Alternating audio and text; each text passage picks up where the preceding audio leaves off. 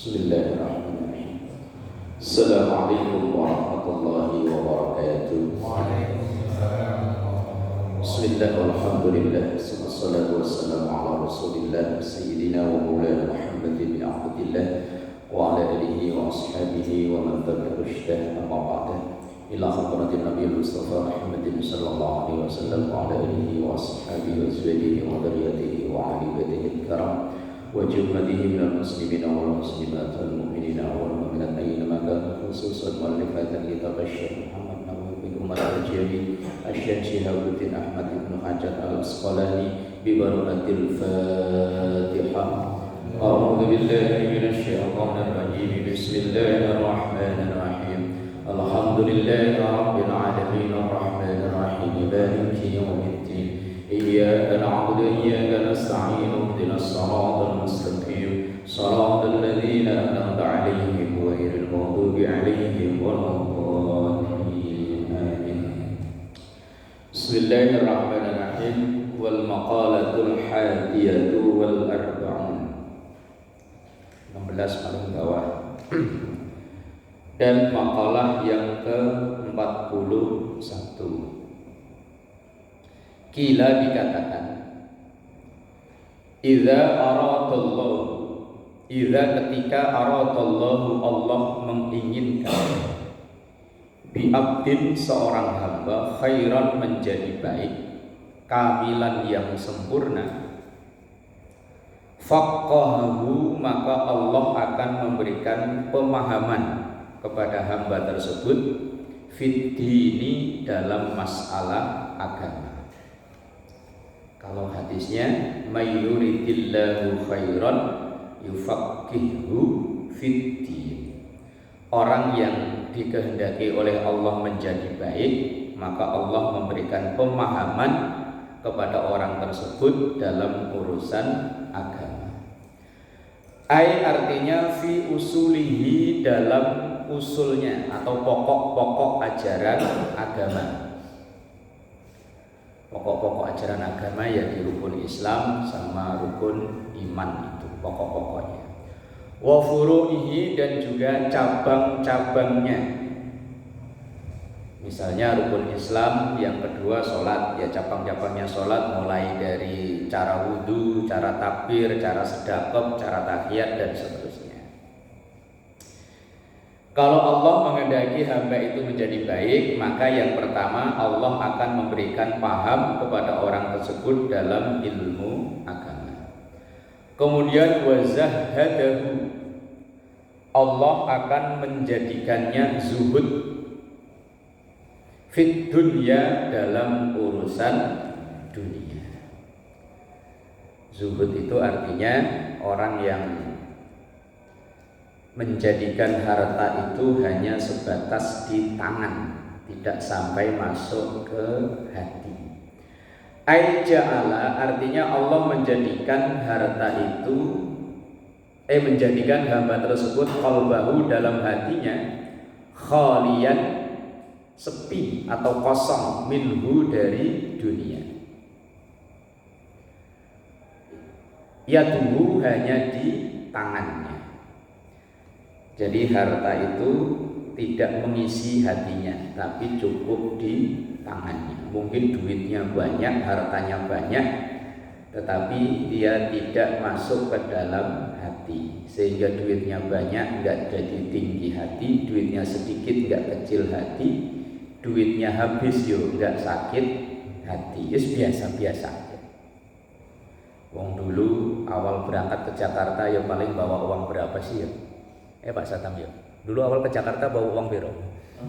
Lah 600.000 boleh saiki wis dadi pira. Lah iya modal 600.000 arep belas setengah karung, saiki duwe beras karung-karungan ya. Ya dulu dari Lampung bawa duit berapa? Paling bagi baca pramuka malah enggak modal. Berangkat naik truk kayak. Ya kalau ingat kita asalnya kayak begitu kan, kalau seandainya nggak punya duit ya anteng aja ya. Kalau saya dulu bawa uang 85.000, 85 buat naik bis 20.000. tinggal 65. Sekarang punya ngantongin duit 100 juga udah kayaknya udah banyak aja. Itu artinya zuhud itu orang yang duitnya, hartanya hanya di tangan, tidak di hati.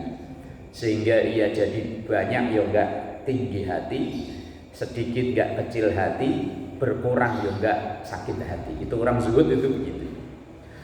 Wa bassarahu bi nafsihi, wa bassarahu, dan Allah menampakkan kepada orang tersebut bi nafsihi, dengan aib-aib dirinya,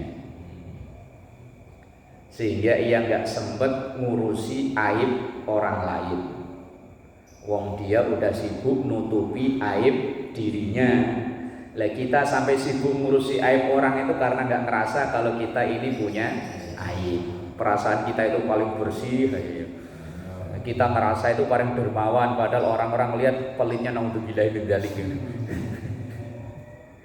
Ya kita itu kan lebih sering ngurusi aib orang daripada ngurus aib sendiri. Orang kok ngamungan, padahal kita sendiri yo ngamungan. Nah, orang yang dikehendaki oleh Allah jadi baik, yang nomor 3 itu orang tersebut ditampakkan oleh Allah untuk dirinya aib dirinya sendiri, sehingga gak sempat ngurusi aibnya orang. Titik. Wal maqalatu tsaniyatu wal arba'un, dan makalah yang ke-42. Nah, ini makalah nanti ini akan bercerita tentang hobinya Rasulullah dan para sahabat. Tinggal kita hobinya apa? Sama enggak apa Rasulullah dan para sahabatnya nanti. An Rasulillah sallallahu alaihi wasallam. Makalah yang selanjutnya ini diambil dari Rasulullah sallallahu alaihi wasallam. Annahu qala, sesungguhnya Rasulullah bersabda, hubbiba ilayya min dunyakum, yang di dalam kurung salasun, hubbiba dijadikan mencinta, ilayya kepadaku, min dunyakum dari dunia kalian. Ai mahbubatikum, artinya yang kalian cintai, mimma bainas samawati wal ardh, apa-apa yang ada antara langit dan bumi, salasun itu 3. Jadi ada 3 yang dicintai oleh Rasulullah sallallahu alaihi wasallam. Yang pertama at-tibu, wangi-wangian. Jadi Rasulullah nggak senang kalau ada umatnya bau ya. Kadang ada umat Islam bilangnya zuhud pakai baju kumel putih sampai jadi coklat. Di leher nih loh, di sini nih bajunya putih sampai kelihatan coklat. Wah, baunya sedep loh ya. Terus makan pete, makan jeki, nggak sikat gigi. Ya, itu nggak dicintai. Yang dicintai Rasulullah itu atibu, umatnya itu wangi. Lah kalau zaman sekarang ya pakai minyak wangi. Kalau zaman dulu ya pakai apa kayak ya? Kadang ya pakai bukhur yang dibakar itu, yang kayak orang kiranya mah menyan, bukan itu ya untuk pewangian. Ya kalau sekarang pengharum ruangan ada apa ya? Wah macam-macam. Nah, kalau dulu pengharum ruangan ya bukhur itu dibakar, yang tujuannya wangi-wangian. Kemudian wan nisa, Rasulullah sangat menghormati wanita. Dan dari 7 putra-putri Rasulullah yang yang wafat setelah Rasulullah cuma 1, yaitu Fatimah. Dan keturunan Rasulullah yang ada di muka bumi ini ya melalui jalur Fatimah itu. Maka ya beliau sangat menghormati wanita. Ini bertentangan dengan budaya Quraisy dulu. Budaya Quraisy dulu itu kan malu kalau punya anak perempuan, bangga dengan anak laki-laki. Padahal ya aslinya ya sama aja ya, anak. Cuman kadang orang itu lebih punya harapan banyak kalau punya anak laki-laki. Kalau punya anak perempuan kayaknya lah, punya anak perempuan mah kayak toko, asal ada yang datang cocok, lamar, kawin, bawa pergi. Ya kan, lamar datang cocok, bawa pergi. Nanti tinggal sendiri berdua aja mah. Anak perempuannya pada pergi semua. Tapi banyak ulama-ulama besar malah anaknya perempuan semua ya. Gus Dur anaknya perempuan semua, 4-4. Rasulullah yang itu ya juga perempuan semua. Wa ju'ilat qurratu aini fi sholati, dan dijadikan qurratu aini pengobat hatiku, atau apa itu qurratu ayun itu ya. Pokoknya yang nyenengi aku fi sholati, di dalam sholat. Wa hadhil khisalu, dan inilah kondisi ketiga itu, wewangian, wanita dan sholat.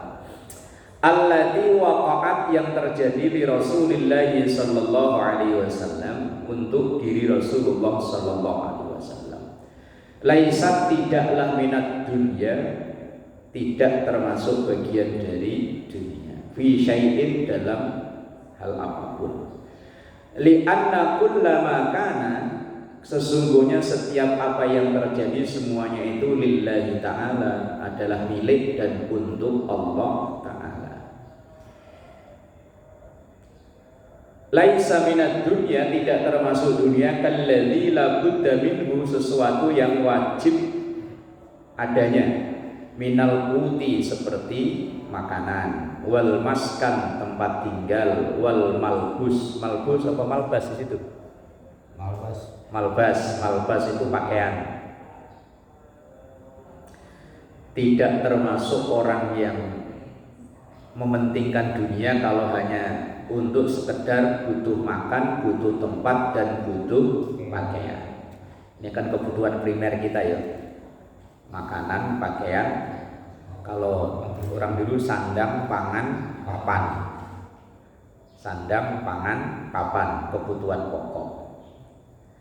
Kama qalahu Asy-Syaikh Khalil Ar-Rasyidi fil Majalisir Rabiqah, seperti itu yang disampaikan oleh Syekh Khalil Ar-Rasyidi dalam kitab Majalis Ar-Rabiqah. Wa kana, dan ada mahu bersama Rasulullah sallallahu alaihi wasallam ashabuhu radhiyallahu anhum, sahabat-sahabat Rasulullah sallallahu alaihi wasallam radhiyallahu anhum, semoga Allah meridhai mereka.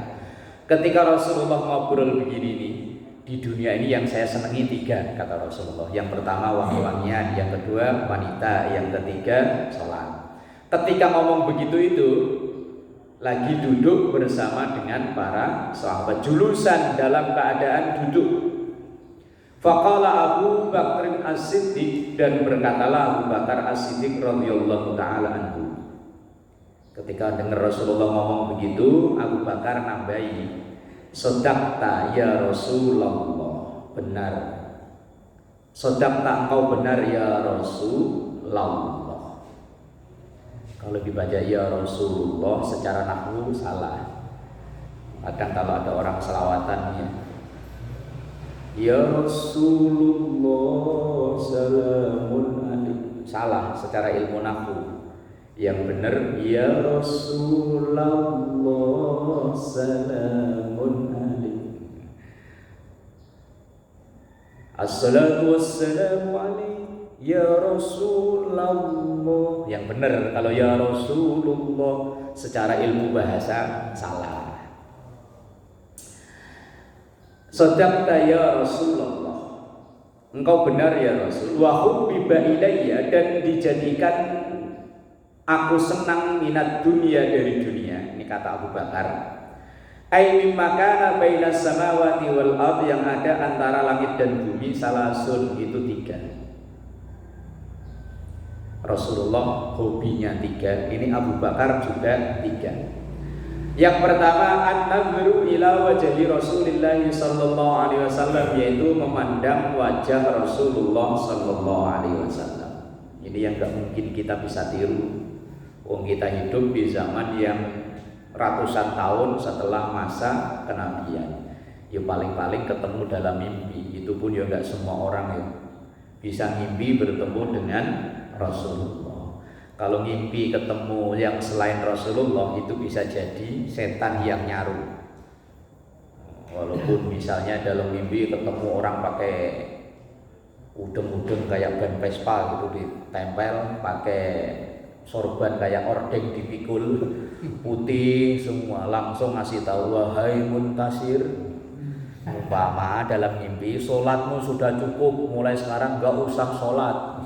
Wah, begitu bangun langsung wah saya udah didatangi malaikat, katanya saya nggak usah sholat lagi. Setan itu berarti. Iya. Umpama pas lagi itikaf di musola gitu ya di sini, tahu-tahu ketiduran, dalam tidur ada yang datang model begitu, langsung wahai Muntasir, ibadahmu sudah cukup, mulai sekarang nggak usah ibadah lagi. Pokoknya setan yang datang begitu. Lah orang-orang banyak keblinger ya gara-gara begitu. Wangsit gitu ya. Bilangnya dapat wangsit, itu setan yang datang. Kalau wangsit itu bertentangan dengan syariat, itu udah pasti setan. Kalau yang wangsit isinya kok baik, misalnya, Muntasir, kamu kok lama nggak mendoakan ibumu, umpama. Lah itu sebenarnya itu berarti, oh iya begitu bangun, oh iya udah lama saya nggak doa untuk ibu, umpama. Tapi kalau mimpi bertemu dengan Rasulullah itu pasti, konon katanya orang-orang yang pernah mimpi dan bersalaman itu bau wangi di tangannya nggak hilang-hilang. Padahal itu mimpi, cuman jadi nyata. Kemudian wa infaqu mali ala Rasulillah, dan meninfakkan hartaku ala Rasulillah sallallahu alaihi wasallam untuk perjuangan Rasulullah sallallahu alaihi wasallam. Wa antakuna ibnati tahta Rasulillah sallallahu alaihi wasallam, dan yang ketiga ini senengannya Abu Bakar, saya berharap anakku menjadi istri Rasulullah sallallahu alaihi wasallam. Dan akhirnya kesampaian, Aisyah putri Abu Bakar menjadi istri Rasulullah, dan satu-satunya istri Rasulullah yang dinikah dalam keadaan masih gadis ya cuman Aisyah, yang lain janda. Maka kalau ada orang poligami pengen niru Rasulullah ya nikahi yang dinikahi janda, dan syaratnya bini pertama meninggal. Rasulullah itu poligami kan setelah Khadijah meninggal. Setelah Khadijah meninggal baru beliau poligami. Sebelum Khadijah meninggal beliau nggak mau poligami. Kalau pengen nyunah ya bini pertama meninggal dulu. Gitu. Bini pertama belum meninggal poligami ya nggak nyunah berarti. Yang dikawini janda, yang janda udah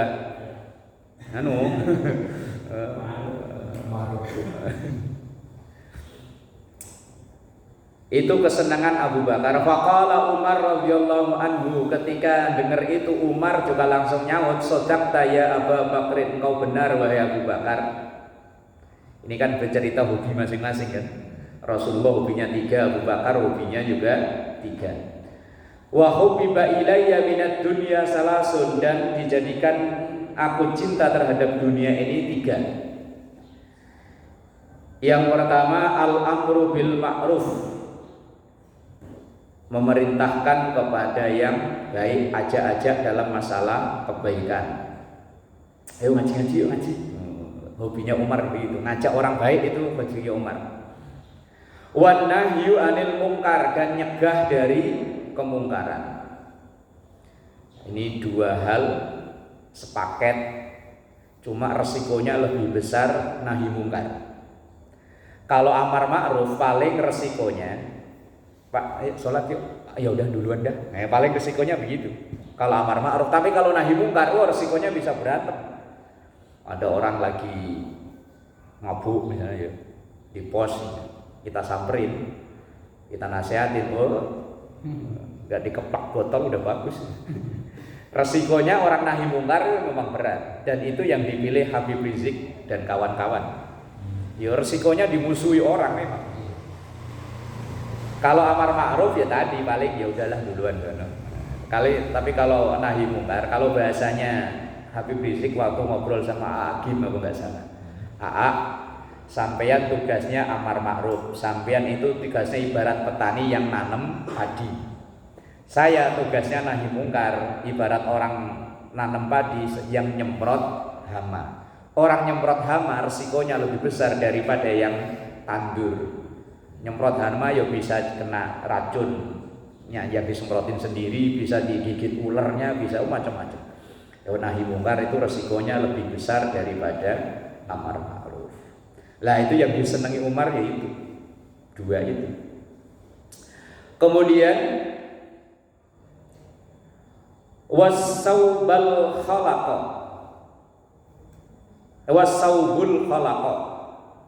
bifathataini dengan fathah keduanya khalaqa. Wasaubu dan pakaian al khalaqa yang sudah usang yang udah kuno jadul. Umar itu enggak demen pakai baju-baju model terbaru. Bajunya ya seadanya, memang punyanya itu ya itu. Kadang kan orang kan nguber merek ya, sampai dibela-belain. Saya ada temen itu, saking selalu pengen pakai sarung BHS. BHS kan lumayan ya. Iya, yang paling murah aja 600-an, 700 ya. Lah itu sampai pengen itu, sampai ibaratnya buat makan aja diirit-irit. Saking pengennya pokoknya kalau pakai sarung itu pakai BHS. Kalau saya malah seneng-nemunya.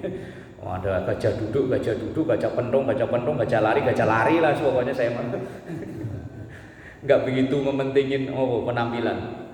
Apalagi akhir-akhir ini kan muncul ulama besar kayak Gus Baha.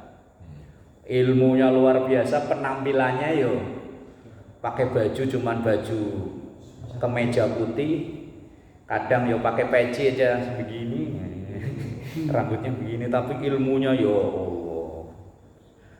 sekolah SD cuman lulus SD, tapi kadang yang ngundang itu yo profesor. Penampilannya yo kayak gitu-gitu aja yo. Yang dihargai orang kan ternyata bukan hanya dari segi pakaian, tapi kalau kebangetan masalah pakaian yo kayak tadi itu. Al-bali artinya yang sudah usang. Ruwiyat diriwayatkan annahu kana, sesungguhnya ada di dalam fi jubbatihi, dalam jubahnya Umar bin Khattab. Jubah itu dari bahasa Arab. Arba'u asyrata ruk'atan, ada 14 tambalan. Bajunya tambal-tambalan ya. Bahkan dalam riwayat Umar bin Khattab itu seorang khalifah, seorang presiden ketika meninggal punya utang.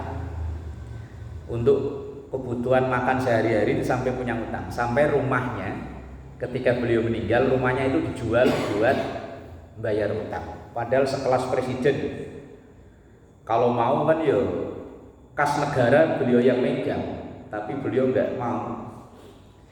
Maka rumahnya itu dikenal dengan Darul Qadha, rumah untuk bayar utang. Untuk Umar bin Khattab saking enggak pengennya punya duit banyak.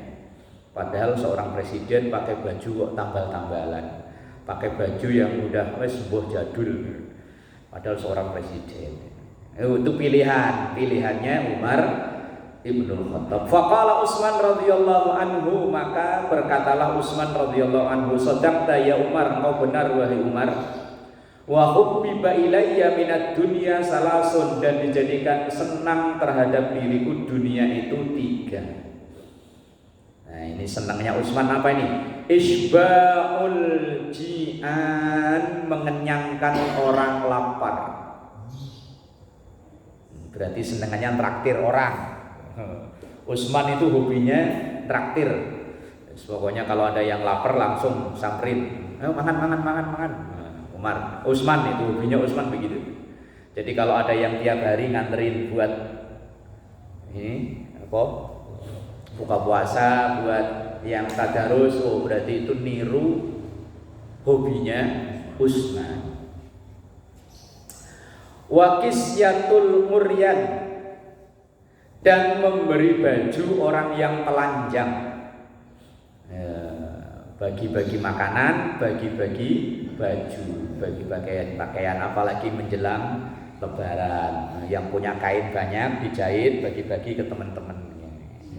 Ya kan? Nah, itu niru Usman begitu tuh.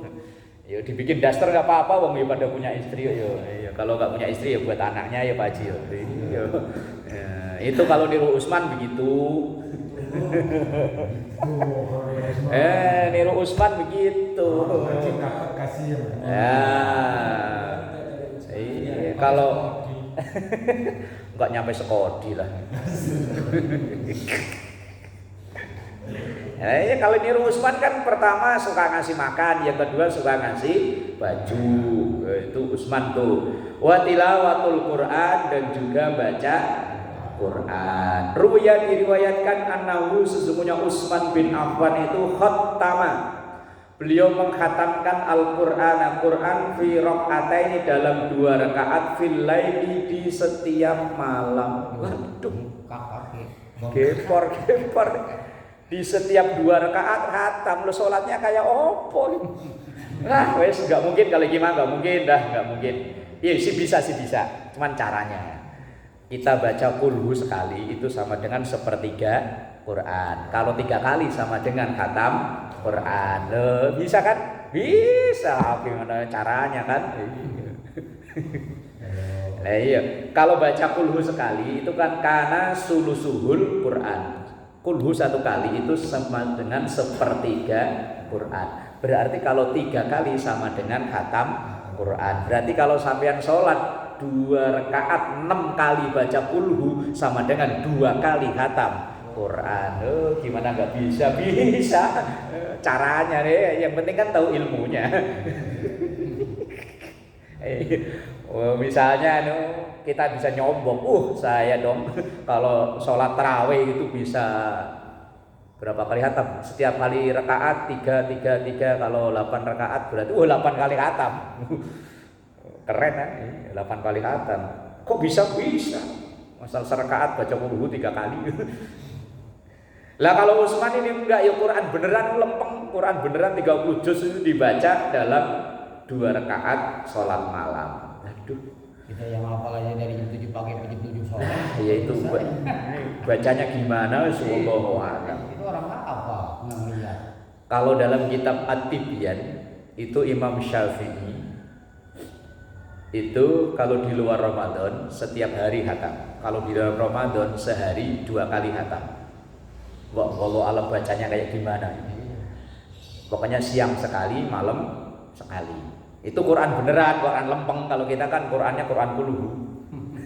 Quran kulhu. Faqala Aliun radhiyallahu anhu, dan berkatalah sahabat Ali radhiyallahu anhu, wa karrama wajhahu, dan semoga Allah memuliakan wajah. Sodaqta ya Utsman, kau benar wahai Utsman. Utsman hobinya itu. Wa hubbiba ilayya minad dunya salasun, dan saya senang dari dunia ini 3. Al khidmatu, hormat, liddoif, untuk tamu. Senengannya Utsman Ali itu menghormat tamu, dan menghormat tamu termasuk bagian dari tanda iman. Man kana yu'minu billahi wal yaumil akhir falyukrim dhaifahu. Termasuk tanda iman pada Allah, iman pada hari akhir adalah memuliakan tamu. Di antaranya ya sesegera memberi suguhan. Ya paling enggak ya minum lah ya. Menghormati tamu. Saya pernah dengar dari Kiai Maimun Zubair almarhum al-maghfurlah, beliau bilang kalau bangun rumah biar rumah itu berkah dan berpahala terus, niati untuk menghormat tamu. Sehingga kalau ada orang bertamu ke rumah kita itu nyaman. Terus pokoknya niati menghormat tamu. Bahkan kalau dalam syariat Nabi Musa, sepertiga harta dari milik tuan rumah itu jadi milik tamu. Kalau punya motor 3 berarti yang 1 punya tamu. Kalau punya kontrakan 3 pintu, yang 1 pintu punya tamu. Lah kalau begitu masih berjalan sampai sekarang, oh kerjaan kita namu aja terus. Iya kan? Hari ini namu di rumah Pak Haji Ishak. Pak Haji Ishak punya motor 3, yang 1 saya bawa pulang. Besoknya namu Pak Satam, kontrakannya 3, yang 1 buat saya. Kerjaannya namu aja. Itu zaman Nabi Musa begitu. Kalau namu ke saya ya kitab banyak, udah ambil aja. Kitab tuh di lemari banyak, udah ambil aja, udah ambil. Lah iya tuh punyanya itu burung, ada tuh burung. Udah ambil atuh dah. Ya itu dulu, itu cara menghormati tamu sampai segitu. Cuman zaman Nabi Muhammad syariat itu dirubah, hanya cukup ya sekedar menghormati. Lah menghormat tamu itu kan ya kondisional kan, sesuai dengan budaya masing-masing. Kalau konon di Madura itu katanya kalau tamu wajib makan di Madura. Pokoknya begitu kita bertamu ya langsung disuguhi nasi sama lauknya seadanya. Pokoknya wajib makan. Kalau nggak dimakan katanya itu penghinaan terhadap tuan rumah. Di Madura itu konon katanya begitu kata orang sono. Ya masing-masing daerah kan punya ya. Mungkin kalau orang Betawi cara menghormat tamu gimana, ya orang Jawa gimana ya. Ada satu cerita kawan saya ini, dia kan punya istri orang Manado. Nah, begitu sampai sono udah disiapin ini makan kepala babi. Waduh. Iya. Wah, kalau haram ya lain urusannya. Dia orang Islam, karena bininya orang situ, orang Manado. Iya, wah dikagak dimakan mana kan kepala babi. Lah kalau haram ya nggak boleh. Ya kalau yang halal ya sikat, apalagi pas kebetulan lapar. Lah kalau saya dulu zaman nyantri yo pernah yo disuguhi makan, udah berderet tapi centongnya nggak keluar. Yo nasi ada, lauk ada, cuman centongnya nggak keluar. Begitu maknya teman saya keluar lo, nak dek kalau Jawa le kok nggak dimakan-makan. Kita cuma tertawa cekikikan aja, gimana mau makan, centongnya nggak ada. Begitu dia melihat, oh iya, oh centongnya belum ada, langsung lari ke dalam. Dikirainnya kita nggak doyan makanan yang disuguhin, padahal centongnya yang belum ada. Itu sahabat Ali senengnya ngormat tamu. Kemudian wasaumu fis saif, wasau dan puasa fis saif pada musim panas. Demennya puasa malah kalau pas panas. Nah kalau kita mau puasa pengennya ngadem. Ya Pak Idris yo. Oh, kalau pas puasa ngelas di atas yo hawanya yo. Serasa kayak di neraka bocor aja kayaknya yo. Rasanya panasnya kayak neraka bocor yo, panasnya. Ini apa neraka bocor apa yo? Lah ini sahabat Ali malah kalau puasa, ya tentu yang puasa sunnah lah ya, kalau puasa wajib mah. Nah, tapi kalau Ramadan itu artinya kan panas membakar. Karena bulan Ramadan itu dulunya selalu jatuh pada musim panas. Padahal kita di Indonesia ini rata-rata suhu 30 ya, 30, 32 aja udah panasnya. Saudi kadang sampai 40, 45. Kayak apa ya? Fi waktu syiddatil har artinya dalam waktu banget panasnya. Soif itu dalam surah Ila fi Quraisy ila fihim rihlatas syita'i was-soif. Itu orang-orang zaman itu kaum Quraisy itu demennya keluar kampung merantau baik pada musim dingin maupun musim panas. Maka kita yang orang rantau ini sudah mengikuti kebudayaan pada zaman itu. Wadarbu dan memukul lil a'da'i untuk musuh bisayfi dengan pedang perang. Dan memang Ali terkenal jagoan di medan perang. Budaya perang di zaman itu sebelum antar pasukan tempur itu kan jagoan lawan jagoan dulu. 3 jagoan lawan, 3 misalnya muslim sama kafir ya muslimnya 3, kafirnya 3. Nanti kalau udah masing-masing jagoan udah baru tempur. Lah Ali itu selalu jadi jagoannya itu. Pada perang Badar, perang selanjutnya itu Ali selalu maju. Fabainama hum kadzalik, dan di tengah-tengah mereka berbicara seperti itu, ngobrol masing-masing hobi, mulai dari Rasulullah, Abu Bakar, Umar, Utsman, Ali. Idza jaa Jibril alaihissalam, datanglah kepada mereka malaikat Jibril alaihissalam, lin Nabi, kepada Nabi. Wa qala ay sayyidina Jibril, dan berkatalah malaikat Jibril, arsalani Allahu tabaraka wa ta'ala, arsalani, telah mengutus aku, Allahu tabaraka wa ta'ala, Allah ta'ala, lamma sami'a maqalatakum, ketika mendengar obrolan kalian, obrolan tentang hobi masing-masing tadi. Wa amaraka, dan mengutus engkau ya Rasulullah, wahai Rasulullah, antas alani, engkau meminta kepadaku, amma uhibbu an kuntu min ahli dunya, dari apa yang aku senangi. Keliru bacanya enggak begitu. Wa amaraka ya Rasulullah, dan memerintahkan kepadamu ya Rasulullah, antas alani, untuk engkau meminta kepadaku, amma, dari apapun, uhibbu, yang aku senang, an kuntu min ahli dunya, untuk saya bisa menjadi penduduk dunia. Faqala Rasulullah sallallahu alaihi wasallam, ma tuhibbu ya Jibril an kunta min ahli dunya. Ini Jibril nimbrung, bahasa kita Jibril ikut nimbrung.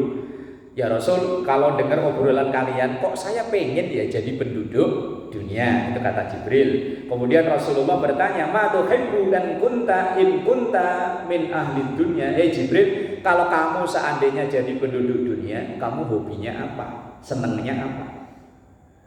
Faqala, maka Jibril menjawab, irsyadud dhalin, memberikan petunjuk kepada orang yang tersesat, ilan thoriqil mustaqim, ke jalan yang benar. Nah, itu cita-citanya Jibril kalau seandainya jadi manusia. Kalau saya jadi manusia, ya senengan saya kalau ada orang yang enggak benar, saya ajak benar. Kalau ada orang sesat, saya ajak jalan yang benar. Wa mu'anasatil ghuraba al-qanitin, wa mu'anasatil ghuraba, dan menghibur orang-orang yang tersingkir. Ghuraba itu tersingkir, terasing. Al-qanitin, yang mereka itu orang-orang lempeng, orang-orang lurus, al-muti'ina lillahi ta'ala, orang-orang yang taat kepada Allah ta'ala, al-khasyi'ina lahu ta'ala, yang khusyuk, serius menyembah Allah. Nah, itu Jibril. Yang dua, pengennya bantu orang-orang yang susah ketika dalam ibadah. Wa mu'awanatu ahlil iyali, dan membantu para keluarga al-muksirin, yang kesulitan, al-fuqara, artinya orang-orang fakir. Wa qala Jibril alaihi salam, dan berkatalah Jibril alaihi salam, yuhibbu, senang Rabbul Izzati, sapa Allah Ta'ala, Allah senang, min abidihi, dari hambanya, salasa khisalin, karena 3 hal. Badlul istita'ah, memaksimalkan kemampuan, aita'ul qudrah, artinya memaksimalkan kemampuan, fi ta'atillahi ta'ala, di dalam taat kepada Allah Ta'ala. Wis pokoknya semaksimal mungkin, enggak main-main. Wal buka'u indan nadamati, wal buka'u, dan nangis. Buka itu artinya nangis. Indan nadamati, ketika nyesel. Ai ala fi'lil ma'asi, dari perbuatan maksiat. Kalau ingat maksiatnya zaman dulu, sampai ia ke bawah nangis, ya Allah, dulu saya begitu. Ya, itu bercandaannya waktu berapa tahun yang lalu, habis saya ngisi pengajian subuh di Islami, itu ada orang nyamperin saya gini, Pak Ustadz, kalau Pak Ustadz lagi ngisi ceramah, pernah lihat nggak orang di sini lagi nangis? Ya ada sih kadang. Itu berarti dia nampak tilas, Pak Ustadz. dulu menyesali dia di sini itu sering berbuat dosa. Karena di Islamik itu kan dulunya pesantren putri, Pak Haji Amar ya. Kalau di situ kok ada orang nangis, wah itu berarti napak tilas dulu di sini sering buang dosa di situ. Konon katanya begitu. Kemudian was-sabru indal faqati, yang disukai oleh Allah dari hambanya itu adalah sabar. Was-sabru dan sabar indal faqati, ketika lagi tidak ada. Ai wujudul hajati, pas lagi butuh. Orang yang sabar ketika lagi butuh malah nggak ada. Nah itu loh orang yang didemeni oleh Allah. Lagi diarep-arep malah yang dapat orang lain. Terus dia sabar, lah itu termasuk yang dicintai oleh Allah. Yang dicintai oleh Allah dari hambanya pertama balul istitoah tadi itu, mengerahkan segala kemampuan. Kemudian yang kedua wal buka'u indan nadamah, nangis ketika nyeseli dosa-dosa. Yang ketiga as-sabru indal faqati, artinya sabar ketika lagi tidak ada. Wallahu a'lam bishawab.